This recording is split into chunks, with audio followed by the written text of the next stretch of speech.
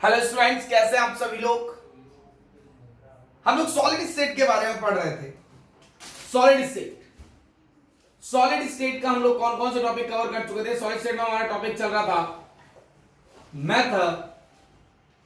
Mathematical analysis, और mathematical analysis में हम लोग क्या क्या कर चुके थे। नंबर ऑफ एटम्स कर चुके थे, पहला पॉइंट। सेकंड पॉइंट हम लोग क्या कर चुके थे, रेडियस ऑफ एटम कर चुके थे। थर्ड मेजर पॉइंट हम लोग क्या कर चुके थे, इसके अंदर पैकिंग एफिशिएंसी को हम लोग देख चुके थे। आज का जो टॉपिक है fourth one, density of crystal.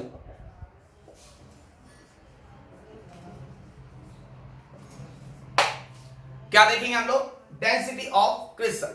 Density of crystal आप सभी को पता है कि आप देखिए अलग अलग तरह के सब्सटेंसेस की डेंसिटी अलग अलग होती है। सॉलिड्स हैं फिर भी उनकी डेंसिटीज में डिफरेंस आता है। कैसे, एल्यूमिनियम लिया तो अलग डेंसिटी आ रही है, आयरन लिया तो अलग डेंसिटी आ रही है, आयोनिक क्रिस्टल लेते तो अलग डेंसिटी आ रही है। हम लोगों ने फर्स्ट लेक्चर में ये चीज रीड आउट कर रखी है, किसकी डेंसिटी किस तरीके से देखते हैं।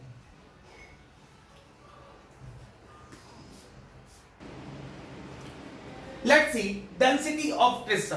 कैसे हम लोग डेंसिटी इसकी फाइंड आउट करेंगे वो देखते हैं।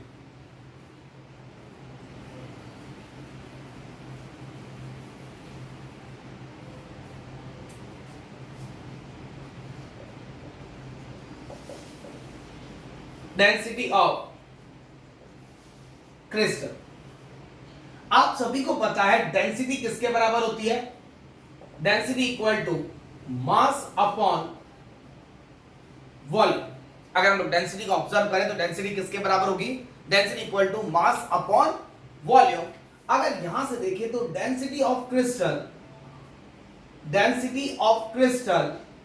किसके बराबर हो जाएगा, mass of crystal upon volume of crystal. इस टॉपिक से क्वेश्चंस आते हैं पेपर में। यहां से देखिए डेंसिटी ऑफ क्रिस्टल को रिप्रेजेंट करते हैं रो से, तो यहां से रो किसके बराबर हो जाएगा, मास ऑफ कंप्लीट क्रिस्टल। अगर क्रिस्टल का मास फाइंड आउट करना है तो हम लोग कैसे निकालेंगे उसको, मास of one atom upon total number multiply by total number of atoms. Mass of one atom multiply by total number of atoms upon volume of crystal upon volume of crystal. इस तरीके से देखें देन रो इक्वल टू, अब आपके पास बात आती है एक एटम का मास कहां से लाएं। अरे वॉल्यूम तो 4/3 पाई आर क्यूब ले लिया था हम लोगों ने, तो आर तो हम लोग को पता था, but mass of one atom कैसे फाइंड आउट करना है, तो इसके लिए यूज में आएगा हमारा mole concept. The concept is for the mass of one atom, for the mass of one atom, एक एटम के मास के लिए हम लोग क्या करेंगे, हमें पता है according to mole concept, according to mole concept क्या कहता है कि वन मोल एटम किसके बराबर होता है, एन एटम्स के बराबर, इक्वेशन 1। और वन मोल किसी भी सब्सटेंस का वेट किसके बराबर होता है, उसका मॉलिक्यूलर वेट के बराबर ग्राम में होता है। It is the equation number 2। One mole atom कितने एटम्स, एन एटम्स, और वन मोल का वेट कितना, मॉलिक्यूलर वेट के बराबर का ग्राम। याद देखते हैं फ्रॉम 1 and 2 हमें क्या मिल जाएगा कि एन एटम्स का वेट किसके बराबर हो गया, मॉलिक्यूलर वेट के बराबर। तो एक एटम का वेट कितना हो गया, molecular weight upon N A. एक एटम का वेट कितना आएगा, molecular weight upon N A. Put the value in equation first, हम लोग इसको इक्वेशन फर्स्ट नाम दे देते हैं। तो क्या आ गया, rho equal to weight equal to mw upon na multiply by number of atoms are z upon v volume. ये हुआ पहला फॉर्मूला। सेकंड आपको क्या बताता है, rho equal to mw into z upon na into a cube. अरे ए अगर एच लेंथ है तो वॉल्यूम ऑफ क्यूबिक, ये किसके लिए काम कर रहा है, क्यूबिक सिस्टम के लिए। तो क्यूबिक सिस्टम का लेंथ कितना हो जाएगा, यहां से यहां पर क्या क्या चीज क्या क्या बता रही है उस चीज को देखते हैं। रो है आपके पास, एमडब्ल्यू आपको रिप्रेजेंट कर रहा है, एन ए, क्लियर है कि नहीं, एन ए, और आपको क्या रिप्रेजेंट है, वी एंड ई। ये कुछ चीजें जिनके रिप्रेजेंटेशंस आपको देखना है। जैसे सबसे पहले रो क्या बता रहा है आपको, डेंसिटी इन ग्राम पर सेंटीमीटर क्यूब। डेंसिटी किससे बता रहा है, ग्राम पर centimetre cube.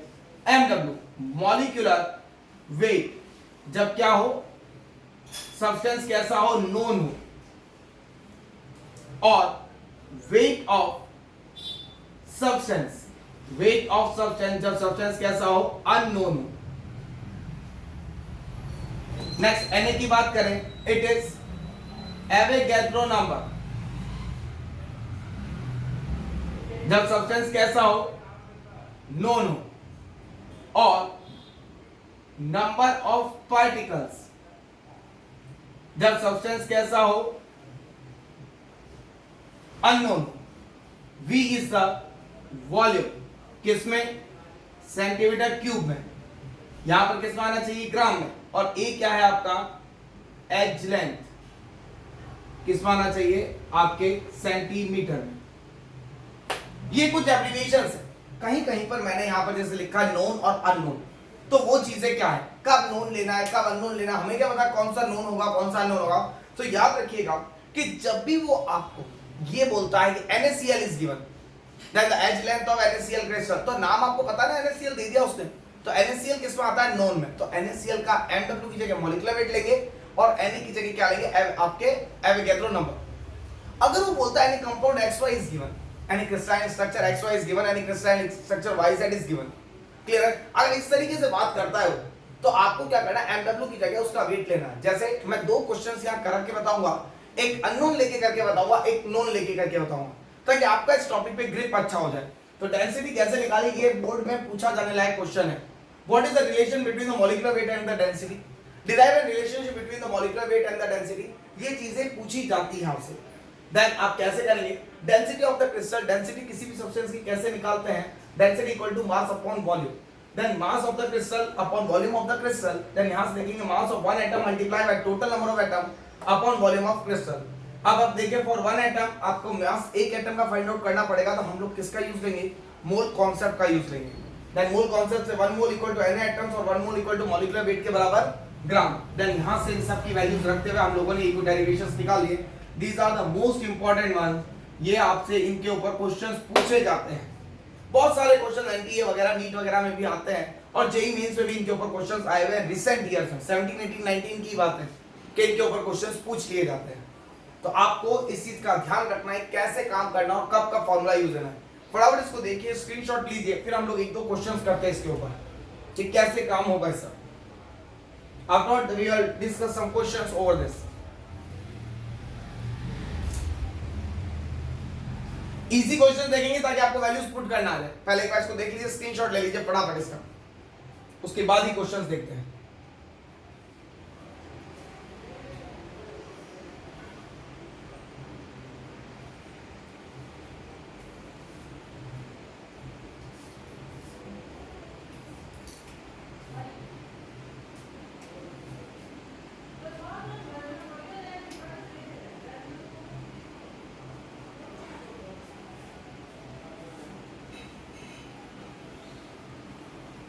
Now let's do some questions.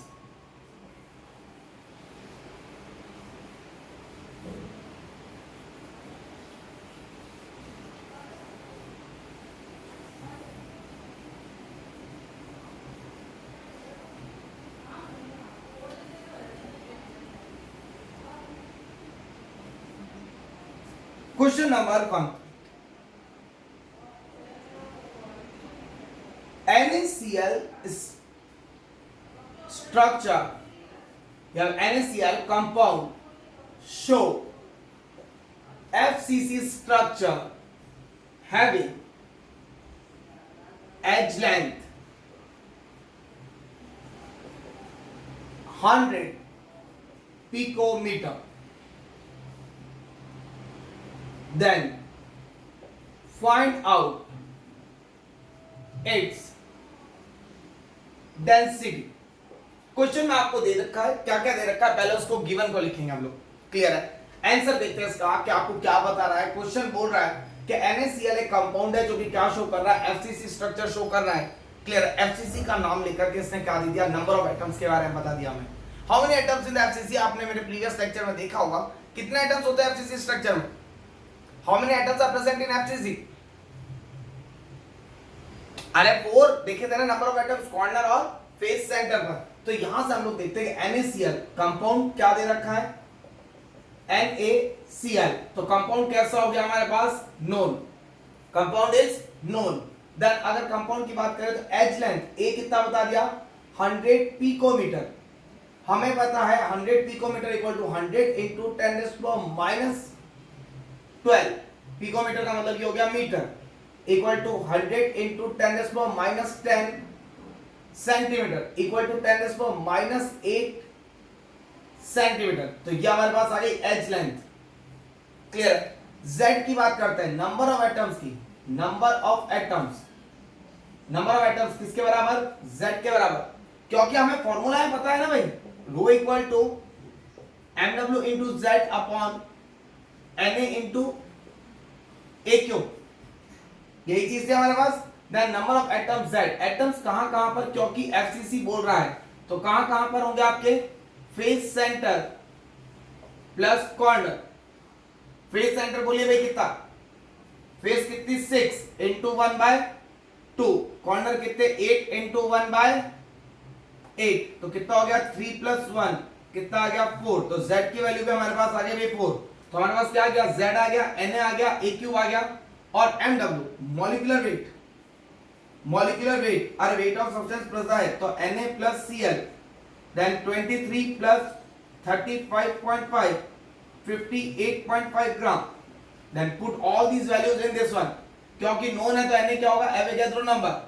now put all values in equation 1, equation 1 में सारी वैल्यूज रखने पर इसको 1 नाम दीजिए, आपको डेंसिटी कितनी मिल जाएगी, डेंसिटी इक्वल टू mw बोलिए कितना आया 58.5, क्योंकि कंपाउंड नोन है, कंपाउंड क्या है, नोन है, NaCl के बारे में हम लोग जानते हैं, तो मॉलिक्यूलर वेट रखेंगे Z equal to 4, why 4, because it is the FCC structure। next Na, what is the value of Na, Na is the Avogadro number 6.023 into 10⁻23 multiply by a cube, a की value 10⁻8 का whole cube. now rho equal to 58.5 multiply by 4, 6.023 को 6 लेके solve कर सकते हैं, into 10⁻23 multiply by 10⁻24, इन सबको cross करेंगे 10⁻1 आएगा। Then rho equal to 58.5 into 4 into एक 10 ऊपर जाएगा तो यहां से 10 अपॉन 6, तो यहां से 3 और 3 से काटेंगे, 3 1 3, 3 9 27 and 5 19.5, then value rho equal to 195 ग्राम पर सेंटीमीटर क्यूब, ये क्रिस्टल की वैल्यू आती है। इस तरीके से डेंसिटी फाइंड आउट करती है। क्वेश्चन मात्र 2 नंबर का आएगा आपके, 2 मार्क्स से वो आपसे क्या क्या पूछना चाहेगा, इतना कुछ 2 या 3 नंबर का क्वेश्चन बनता है, बोर्ड 3 नंबर का हालांकि पूरा चैप्टर होता है, ठीक है, तो बट ये 2 मार्क्स में क्वेश्चन डाल देते हैं। कैलकुलेशन की वैल्यू है इसके अंदर, कैलकुलेशन इजी रखी जाती है ताकि आप इजी गोइंग में कर लें, आपसे कैलकुलेशन हो जाएंगी तो ही काम बनेगा। Is it clear? I hope आप सभी को ये समझ में आ गया होगा अच्छे से, कोई दिक्कत है इसमें? चलिए नेक्स्ट,